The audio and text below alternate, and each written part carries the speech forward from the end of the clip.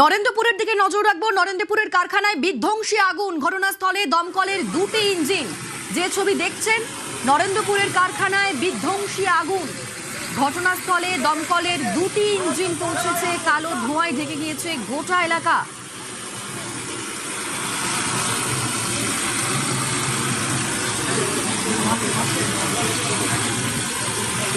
কালো ধোঁয়ায় ঢেকে গিয়েছে গোটা এলাকা। ইতিমধ্যেই দমকলের দুটি ইঞ্জিন ঘটনাস্থলে পৌঁছেছে। নরেন্দ্রপুরের কারখানায় বিধ্বংসী আগুন।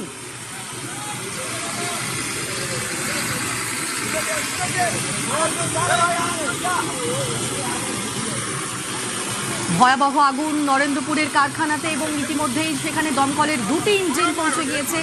তবে যে ছবি দেখতে পাচ্ছেন, কালো ধোঁয়ায় ঢেকে যায় গোটা এলাকা। এই মুহূর্তে দমকলের দুটি ইঞ্জিন কাজ করছে আগুন নেভানোর চেষ্টায়।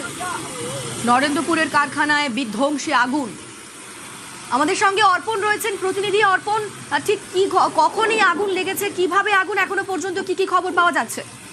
দেখো, কিভাবে আগুন লেগেছে সেটি এখনো জানা সম্ভব হয়নি। এই মুহূর্তে দমকলের তিনটি ইঞ্জিন আগুন নেভানোর কাজে লেগেছে এবং স্থানীয় সূত্রে যেটা জানা যাচ্ছে যে সকালে হঠাৎ করেই কালো ধোঁয়ায় ঢেকে যায় পুরো এলাকা। এরপরে স্থানীয় মানুষদের দমকলকে খবর দেওয়া হয় নরেন্দ্রপুর থানার পুলিশকে।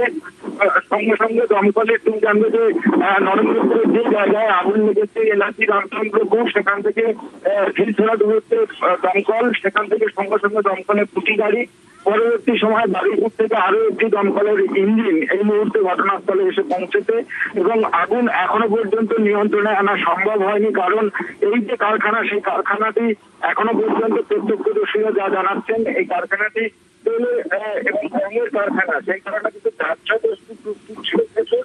এই মুহূর্তে আগুনের তীব্রতা রয়েছে এবং দমকলের তিনটি ইঞ্জিন এই মুহূর্তে আগুন নেভানোর কাজে হাত লাগিয়েছেন। স্থানীয় মানুষজন তারাও এই আগুন নেভানোর কাজে হাত লাগিয়েছেন। স্বাভাবিকভাবেই সাত সকালে এই অগ্নিকাণ্ডের জেরে এলাকায় কিন্তু চরম একটা উত্তেজনা ছড়িয়েছে। বেশ, নজর থাক, ধন্যবাদ।